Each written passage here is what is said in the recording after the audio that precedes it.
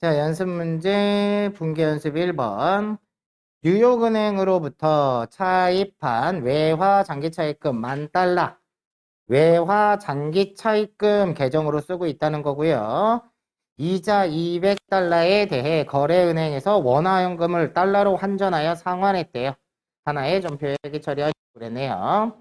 그럼 장부상에는 1달러당 1,000원씩 잡혀 있었다는 거예요.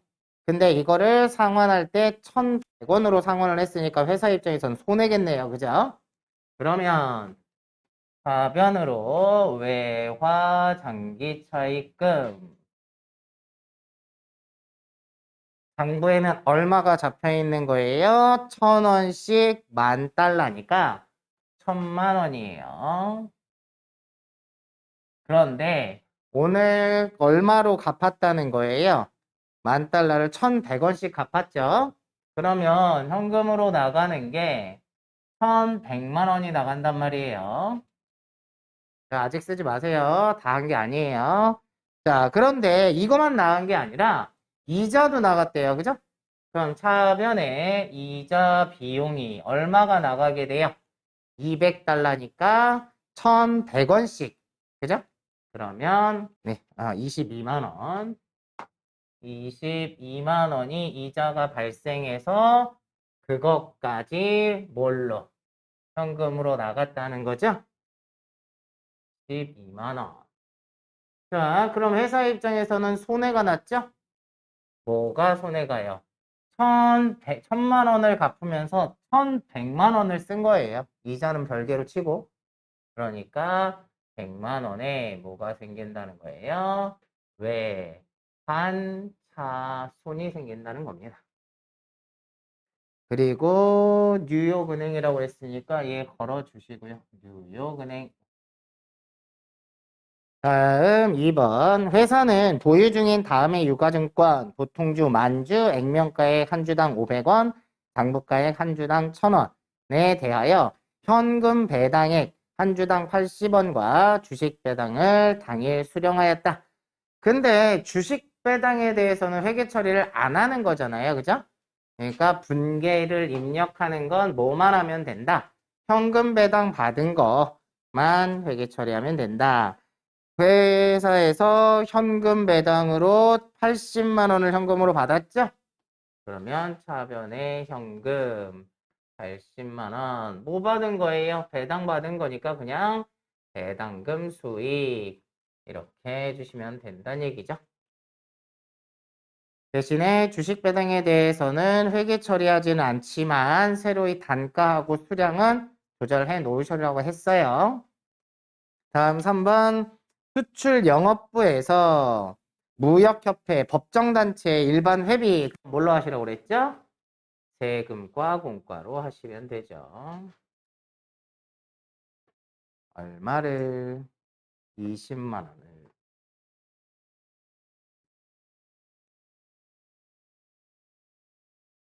자, 이렇게 해주시면 되고요. 다음 4번 영업부서의 난방용 유류대 35만 원과 공장 작업실의 난방용 유류대 74만 원을 보통예금 이체로 결제하였다. 영업부서의 난방용 유류대는 뭘로 하시는 거예요? 수도 광열비. 얼마요? 35만 원. 공장의 난방 연료는요, 뭘로요? 가스 수도료 74만 원. 보통예금에서 빠져나갔다네요. 그러면 109만 원이겠죠? 이렇게 해주시면 됩니다. 다음 5번 KBC 방송국에 납품 입찰을 들어가기 위하여 보증보험에 가입하면서 보험료 90만 원을 현금으로 지급했대요. 보증보험료도 그냥 보험료로 처리를 하시면 되죠. 보험료. 그래서 90만 원. 뭘로 지급했어요? 현금으로 지급했죠? 현금. 이렇게 하시라는 얘기네요. 6번 미국 뉴욕은행으로부터 금년 1월 10일에 차입한 단기 차입금 10,000달러. 차입 당시의 환율은 1,300원이었대요. 1달러당. 이거에 대해 원화, 외화로 환전하여 현금 상환하였다. 상환 당시의 환율은 1달러당 1,200원이었다. 환전 수수료 등 기타 부대 비용은 없다고 가정한다. 자, 지금 단기 차입금을 상환하고 있는 거예요. 그래서 차변으로 단기 차입금은 장부상에 얼마로 있는 거예요? 1,300원씩 10,000달러잖아요. 그죠? 그래서 1,300만 원이 있는 상태인데 이거를 오늘 현금을 써서 상환을 하고 있어요. 근데 오늘 환율이 얼마라는 거예요? 1달러당 1,200원이니까 나가는 돈은 1,200만 원만 나갈 거라는 거예요. 그럼 회사의 입장에서는 환율 차이로 인해서 돈을 덜 갚았죠? 그러니까 이익이에요. 그래서 외환 차익이 되겠네요. 100만 원. 단기 차입금은 거래처 걸어야 되니까 뉴욕은행이라고 걸으시고요. 다음 7번. 회사는 대표이사의 주소가 변경됨으로 인해서 법인 등기부 등본을 변경 등기하고 이에 대한 등록세, 법인 등기부 등본 변경에 관련된 등록세는 세금과 공과입니다. 세금과 공과로 얼마를? 12만 원. 그리고 등록 관련 수수료가 또 10만 원이 있어요. 이건 수수료니까 수수료 비용이에요. 그래서 세금과 공과로 12만 원. 수수료 비용으로 10만 원. 얘네 건 전부 다 본사 거니까 800번대를 사용을 하셔야 되고요. 이게 다 현금으로 나갔다. 22만 원. 이렇게 해주시면 되겠습니다. 다음 8번. 당사는 2019년에 8월 9일에 일본에 소재한 야마다 상사로부터 원재료 100만 엔을 구매하면서 이를 외상으로 처리하였고 2020년 5월 27일 동외상매입금 전액을 현금으로 상환하였다. 전기 말 외화 자산 부채와 관련해서는 적절하게 평가하였다. 상환 시 회계 처리하세요. 그랬네요. 그럼 우리는 5월 27일 현재 상환하는 거래만 하라는 거예요. 그러면 자, 이게 중요합니다. 우리가 지금 외상 매입금을 갚고 있잖아요. 이 외상 매입금이 장부에 얼마가 써 있냐는 거죠. 그래서 처음에 할 때 100만 원이었을 때는 1,000원씩이었어요. 100엔당. 근데 결산일이 돼서 평가를 했을 때 900원이 됐으면 회사의 입장에서는 결산일 날 외화 환산 이익이 발생했을 거예요. 외상 매입금이 줄어들면서. 맞죠? 공개해 드릴까요? 자, 이렇게 해볼까요? 그러면 자, 우리가 원재료를 얼마너치 샀어요? 자, 원재료를 1,000만 원어치 샀어요. 그래서 외상으로 해서 외상 매입금이 1,000만 원이 있었단 말이에요. 그런데 결산일이 돼서 이 외화 부채를 평가를 했더니 900원으로 떨어진 거예요. 그럼 100만 원이 줄었죠? 그래서 외상 매입금이 결산일 날 100만 원이 줄었고 얘가 줄어든 이유는 왜 환율 차이로 인해서 외화 결산일 때는 6글자짜리 외화 환산 이익으로 100만 원을 처리를 했었다는 얘기예요. 그럼 지금 현재 장부상에는 외상매입금은 900만 원이 있는 상태죠. 그러면 그 900만 원을 오늘 상환을 했는데 돈을 얼마를 썼다는 거예요? 자, 현금으로 상환했으니까 현금으로 얼마가? 얘는 오늘 환율을 봤더니 950원이죠? 100엔당. 그러면 돈을 950만 원을 쓴 거란 말이에요. 그러면 회사에서는 돈을 더 갚았으니까 외환 하손이 50만 원 생긴다는 얘기죠. 얘는 거래처 걸어야 되니까 야마다 상사 이렇게 써주시고. 자, 9번은 얘랑 같은 얘기네요. 조금 전에 했었던 7번이랑. 본사의 이전과 관련한 변경 등기로 등록세에는 세금과 공과로 하시면 되고 법무사 수수료는 수수료 비용으로 하시면 되고 그래서 똑같네요.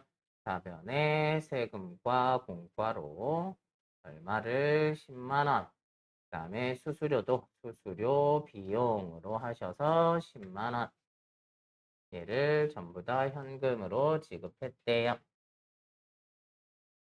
이렇게 하시면 되고요. 자, 10번. 전기에 직원 회식비로 현금 지출한 50만 원을 5만 원으로 잘못 분기한 내용이 단기에 와서 밝혀진 거예요. 3월 11일 확인되어 적절한 분기를 하였다. 전기의 현금 과부족에 대해서는 임직원 등 단기 채권으로 처리하였다.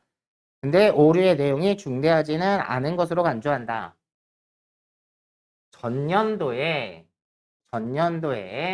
직원들 회식을 하면서 복리후생비로 50만 원을 썼어야 되는데 5만 원으로 잘못 쓴 거예요. 이렇게. 그러면 그 다음날 확인을 해봤더니 현금이 45만 원이 비겠죠. 그렇죠? 그래서 얘가 찾아봐야지 하면서 45만 원을 뭘로 해놨어요? 현금 과부족으로 해놨던 거예요. 45만 원. 근데 결산일까지 못 찾은 거예요. 그러면 결산일이 되면 저 현금 과부족 없애줘야 되니까 현금 과부족을 없애고요. 45만 원. 찾아보겠다고 자기가 빌려간 걸로 한 거예요. 그래서 직원이 회계 담당 직원이 이거 내가 회사에서 빌렸어 라고 처리를 해놓은 거예요. 찾아보겠다고. 그래서 뭘로 한 거냐면 임직원 등 단기 채권으로 해둔 거예요. 이해되셨나요? 자, 그런데 얘를 올해 지금 3월 11일에 와서 원인을 찾았으니까 대변으로 임직원 등 단기 채권을 없애고요. 45만 원. 이거 전년도에 잘못된 걸 이제서 찾은 거죠? 그래서 뭘로 한다? 전기 오류를 수정하면서 생긴 손실이더라. 45만 원. 이렇게 하시란 얘기예요. 그랬을 때 이 전기 오류 수정 손실이 중대한 게 아니라고 하니까 얘는 영업 외 비용인 900번대를 선택을 하셔야 해요. 중대한 오류다 그러면 300번대 있거든요. 300번대를 선택하시면 되고. 자, 그래서 지금 답은 요거예요. 이해시켜 드리려고 요걸 써드린 거고. 다음 11번. 미국에 있는 다저스사의 외화 장기차입금 10만 달러. 장부가액은 1억 1000이래요.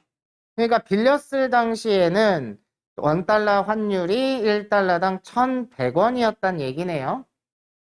자, 그런데 결산일, 보고기간 종료일에 봤더니 환율이 1200원으로 올랐어요. 그럼 빚이 늘죠?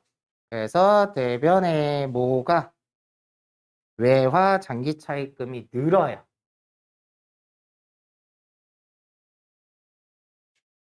$100씩 10만 달러니까 얼마가 1000만 원이 늘어요. 자, 얘 빚이 늘어난 이유가 뭐라는 거예요? 결산일이니까 6글자예요. 외화를 환산해 봤더니 빚이 늘었으니까 손실이죠? 그래서 외화 환산 손실로 해주시고 얘도 다저스사라고 거래처 걸어 놓으셔야 됩니다. 자, 12번. 기말 현재 제품에 대한 실지 재고 조사 결과는 다음과 같다. 감모된 수량 중에 30개는 정상적인 것이며 나머지는 모두 비정상적인 것이다. 비정상 재고자산 감모 손실과 관련된 회계 처리만 하시오. 자, 대변에 제품이 없어졌대요. 정상 감모는 회계 처리 안 해도 된다고 그랬죠. 장부상 수량이 200개, 장부상 재고 수량이 300개인데 실제 재고 수량이 230개밖에 없어요. 그럼 70개가 없어진 건데, 그죠? 70개 중에 30개는 정상적인 거라고 그랬으니까 40개가 없어졌어요. 얼마짜리? 10,000원짜리. 그러면 40만 원이 없어졌네요. 마찬가지로 얘 팔린 거 아니니까 저교 8번 꼭 걸어주시라 했고요. 그리고 얘가 뭐에 해당해요? 재고, 자산, 감모, 손실이다. 이렇게 하시라는 얘기죠. 자, 156페이지 객관식 1번이요. 다음 중 기업회계 기준에서 재화의 판매로 인한 수익을 인식하기 위하여 충족되어야 하는 조건이 아닌 것은, 자, 팔렸다라는 기준을 설명하고 있는 거죠. 그래서 1번에 보면 재화의 소유에 따른 위험과 효익의 대부분이 구매자에게 이전된다. 그랬죠? 네, 맞고요. 2번. 판매자는 판매한 재화에 대하여 소유권이 있을 때 통상적으로 행사하는 정도의 관리나 효과적인 통제를 할 수 없다. 왜? 팔렸으니까. 그죠? 다음 3번. 수익 금액을 신뢰성 있게 측정할 수 있으며 수익 금액이 판매자에게 이전되어야 한다. 수익 금액을 신뢰성 있게 측정할 수 있으며까지는 맞는 얘기고요. 그거랑 4번이랑 연결돼야 맞는 말이에요. 4번에 보시면 경제적 효익의 유입 가능성이 매우 높다. 그래서 수익 금액을 신뢰성 있게 측정할 수 있으며 경제적 효익의 유입 가능성이 매우 높다라고 하면 맞는 말인데 판매자에게 꼭 수익 금액이 들어와야 되는 건 아니라는 거예요. 자, 그래서 3번이 틀렸다는 얘기입니다. 다음 2번 재무회계에서 단기에 입금된 수익 중에서 차기에 확정되는 금액을 차기로 이연하여 인식하는 것과 가장 관련이 있는 이론은 단기에 입금이 됐어요. 돈이 들어오긴 들어왔어. 근데 수익에서 빼버리죠. 자, 여기 보세요. 이런 거요. 임대료를 1년치를 받았다. 그래서 120만 원을 현금으로 받았는데 이 중에 예를 들어서 30만 원어치는 결산일 날 30만 원어치는 올해치가 아니잖아요. 그죠? 그래서 내년으로 빼는 거라고 그랬죠? 그러면 얘를 빼는 이유가 뭐라는 거예요? 예를 들어서 3개월치다. 그래서 30만 원을 빼는 이유가 뭐라는 거예요? 올해치 수익이 아니니까. 그죠? 그러면 실현되지 않았다라는 거죠? 이해되셨나요? 자, 그래서 이건 실현주의에 대한 얘기예요. 자, 그래서 지금 단기에 입금된 수익 금액 중에서 차기의 거 확정되는 금액을 차기로 이연한다는 건 아직 실현이 안 됐기 때문에 그렇다. 되셨나요? 그래서 3번이 답이 됩니다. 다음 3번 기업회계 기준상에 재화의 판매로 인한 수익을 인식하기 위한 조건으로 올바르지 못한 것은 아까 1번에서 했던 얘기랑 똑같은 얘기예요. 그래서 1번 재화의 소유에 따른 위험과 효익의 대부분이 구매자에게 이전된다.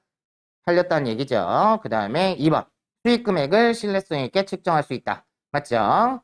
3번 수익 금액을 판매일로부터 1개월 내에 획득할 수 있어야 된다. 이러한 조건은 없죠. 3번이 틀렸고요. 4번에 거래와 관련하여 발생했거나 발생할 거래 원가와 관련 비용을 신뢰성 있게 측정할 수 있다. 이때 수익을 인식하는 거죠. 그래서 여러분한테 수익의 인식 조건이 이렇게 4가지였어요. 첫 번째는 재화의 소유에 따른 위험과 효익의 대부분이 구매자에게 이전돼야 된다. 두 번째, 판매한 자는 판매한 재화에 대하여 소유권이 있을 때 통상적으로 행사하는 정도의 관리나 효과적인 통제를 할 수 없다. 그 다음에 수익 금액을 신뢰성 있게 측정할 수 있으며 경제적 효익의 유입 가능성이 매우 높다. 마지막, 거래와 관련하여 발생하거나 발생할 거래 원가와 관련 비용을 신뢰성 있게 추정할 수 있다. 요 4가지가 수익 인식 요건이었단 말이에요. 그래서 지금 보시다시피 문제가 자주 나오니까 1번에도 나왔고 3번에도 나왔고 그러니까 그 4가지 요건은 꼭 좀 기억을 해 주세요. 다음 4번. 다음 중 일반 기업회계 기준상 용역 제국에 따른 수익을 진행 기준이에요. 진행 기준으로 인식하기 위한 요건으로 옳지 않은 것은 조금 전까지 설명드린 건요. 판매로 인한 수익을 인식하는 요건이었어요.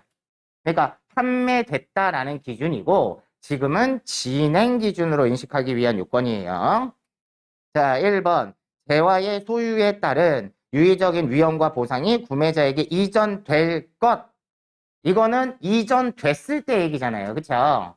진행 기준으로 봤을 때는 완성이 돼야 넘겨줄 거 아니에요? 그럼 진행 기준에는 적용할 수 없다라는 얘기죠.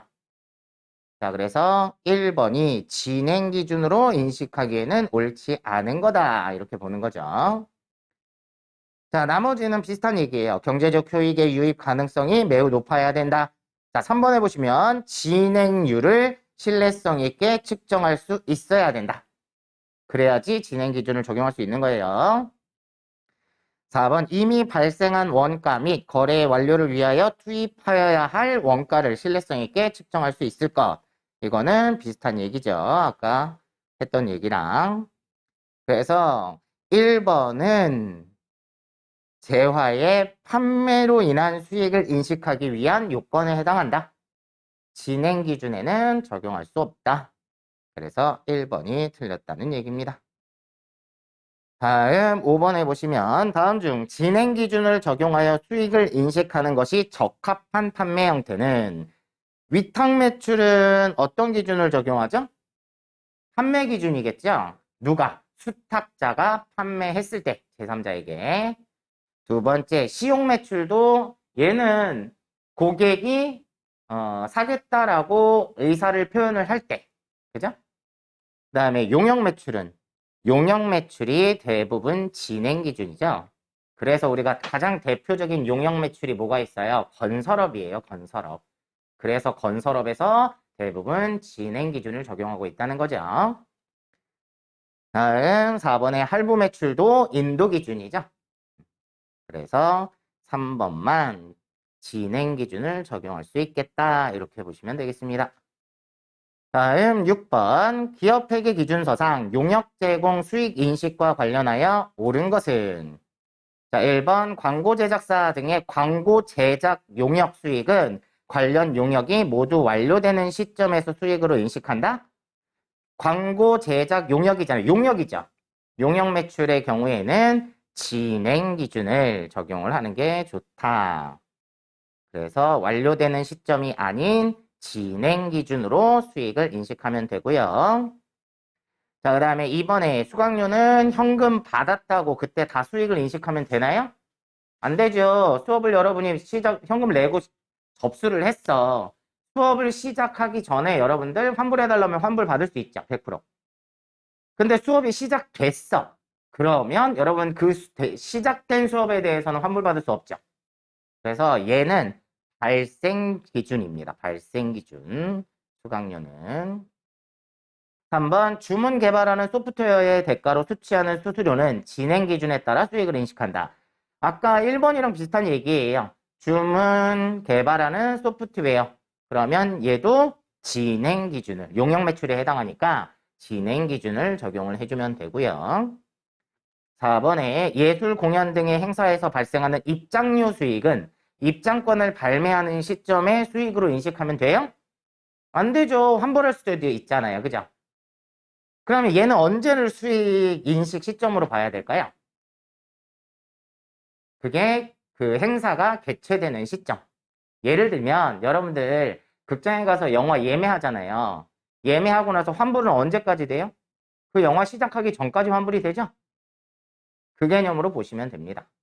그래서 행사가 시작되는 시점에 수익으로 인식을 해야 돼요. 그래서 옳은 건 3번만 옳다는 얘기입니다. 다음 7번. 다음 중 기업회계 기준서상 재화의 판매로 인한 수익 인식 조건에 해당되지 않는 것은 자, 아까랑 또 똑같은 얘기 나왔네요. 1번 재화의 소유에 따른 위험과 효익이 대부분 구매자에게 이전될 것. 그 다음에 2번 회수기일이 도래하였을 것. 얘는 없죠. 2번이 답이고요. 나머지 또 보시면 수익 금액을 신뢰성 있게 측정할 수 있을 것. 4번에 거래와 관련하여 발생했거나 발생할 거래 원가와 관련 비용을 신뢰성 있게 측정할 수 있을 것. 자, 아까랑 똑같은 문제네요.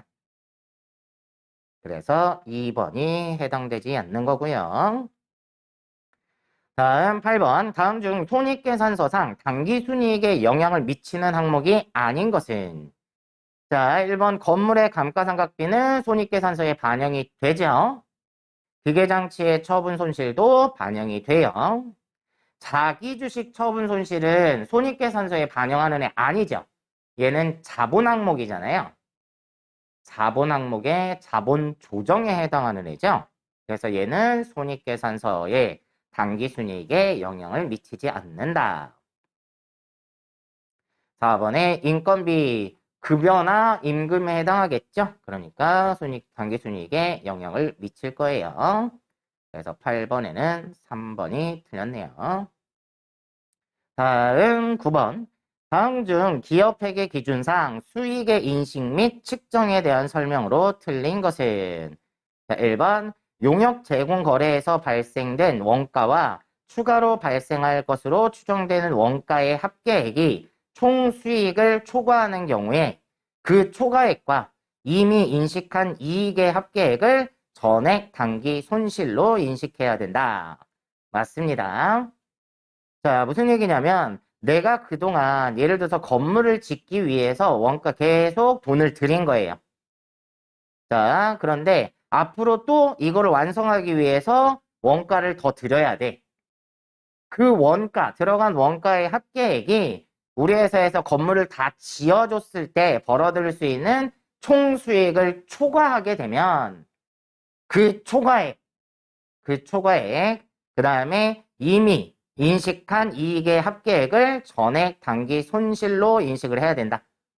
예를 들어서 진행 기준이다 했을 때, 자, 이런 얘기 해볼까요?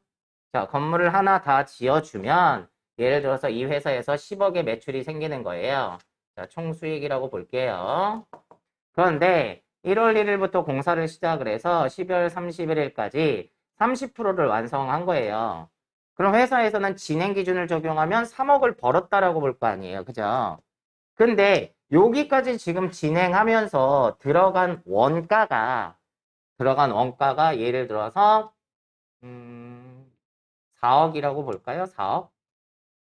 4억이라고 보면 자, 그리고 앞으로 들어갈 원가가 계산을 해보니까 30% 완성할 때 4억이 들어갔어. 그러면 앞으로 70%를 더 들어가야 되니까 대략 11억 정도가 들어간다고 볼 거예요. 만약에 30% 짓는데 4억 들어갔으니까. 그러면 얘하고 얘의 합계액이 15억이죠? 그럼 총수익을 초과하잖아요. 그러면 얘네는 얼마를 손실로 인식해야 되냐? 그동안 들어간 거, 그리고 수익으로 인식한 거. 이만큼이 다 손실이라는 거예요. 이해되셨나요? 만약에 그렇게 생각하면 편해요. 내가 이 건물을 짓기 시작을 안 했으면 최소한 4억은 안 들어갔을 거 아니에요? 그죠? 그래서 다 손실로 인식을 해야 된다. 다음 2번 판매 대가가 재화의 판매 또는 용역의 제공 이후 장기간에 걸쳐 유입되는 경우에 공정가액은 미래에 받을 현금의 합계액의 현재 가치로 측정한다. 장기간에 걸치게 되면 미래에 받을 현금을 현재 가치로 환산을 해서 측정을 해야 됩니다. 자, 얘도 맞는 내용이고요. 3번. 상품권의 발행과 관련된 수익은 상품권을 회수한 시점, 즉 재화를 인도하거나 판매한 시점에 인식하고 상품권을 판매할 때는 선수금으로 처리한다. 맞죠?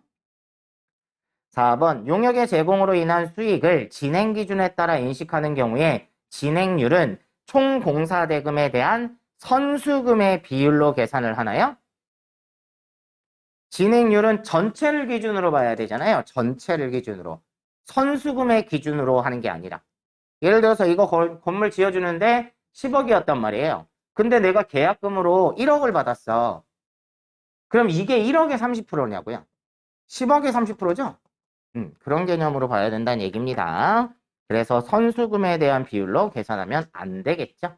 4번이 틀렸다는 얘기입니다. 다음 넘어가셔서 10번. 수익에 대한 내용으로 옳지 않은 것은 자, 1번 경제적 효익의 유입 가능성이 매우 높은 경우에만 인식한다. 맞죠? 그 다음에 수익 금액을 신뢰성 있게 측정할 수 있는 시점에 인식한다. 맞죠? 거래 이후에 판매자가 관련 재화의 소유에 따른 유의적인 위험을 부담하는 경우에 수익을 인식하지 않는다. 이건 아직 안 팔렸다는 거예요. 내가 상품을 건네줬는데 아직 내가 위험을 부담을 해야 돼. 그럼 팔린 거예요, 안 팔린 거예요? 안 팔린 거죠. 아까 수익 인식 조건 중에 그런 게 있었잖아요. 이게 그러니까 재화의 소유에 따른 위험과 효익이 구매자에게 다 이전이 됐을 때 판매가 됐다라는 거잖아요. 근데 내가 아직 위험을 떠안고 있어. 아직까지. 그럼 이건 안 팔렸다는 얘기예요. 자, 그러니까 수익을 인식하지 않아야 되는 거고. 그 다음에 4번 관련된 비용을 신뢰성 있게 측정할 수 없어도 수익을 인식할 수 있다? 안 된다고 그랬죠?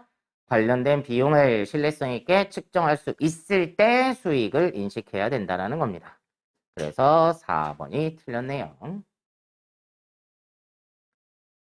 다음 주관식 1번에 보시면 손익계산서상 영업이익은 얼마인가요? 자, 영업이익을 계산하려면 매출액에서 매출 원가를 빼면 매출 총이익이고 거기서 판매비와 관리비를 뺐을 때 영업이익이 나오는 거죠? 그럼 다 알려줬네요. 매출액은 2천만 원. 여기에서 매출 원가가 얼마라고 했어요? 1,500만 원. 자, 그러면 매출 총이익이 500만 원이고요. 자, 이 중에 이제 뭐를 빼주면 돼요? 판매비와 관리비를 빼줘야 되겠죠? 그래서 판매비와 그래서 판매비와 관리비만 찾아내면 되겠네요. 자, 급여 맞죠? 감가상각비 맞고요. 매출 채권 관련 대손상각비도 맞고요. 이자 수익은 영업의 수익이고 기부금은 영업 외 비용이고 유형자산 처분이익은 영업 외 수익이고 법인세 비용은 법인세고요. 접대비는 판매비와 관리비에 해당하죠. 외화 환산 손실은 영업 외 비용이고 재해 손실도 영업 외 비용이에요. 자, 그러면 얼마만 판매비와 관리비에 해당하죠? 급여 100만 원, 감가상각비 50만 원, 매출채권 관련 대손상각비 10만 원, 그 다음 접대비 50만 원까지죠? 그러면 210만 원이 되겠네요. 그러면 290만 원이 영업이익에 해당하겠습니다. 다음 2번. 다음 자료를 이용하여 영업이익을 구하시오. 또 같은 얘기네요. 자, 매출액 3천만 원에서 매출원가 2천만 원을 빼고 판매비와 관리비만 빼면 되니까 자, 임원 급여 200, 직원 급여 200, 감가상각비 80, 접대비 50, 세금과 공과 20. 이자 수익은 영업의 수익이고요. 이자 비용은 영업의 비용이니까 3천만 원에서 2천만 원 매출원가를 빼고요. 그럼 1천만 원의 매출 총이익에서 자, 판매비와 관리비의 합계가 200, 200, 480, 530, 550이 되겠네요. 그래서 550을 빼면 450만 원이 영업이익에 해당하겠네요. 자, 이렇게 연습 문제를 풀어봤습니다.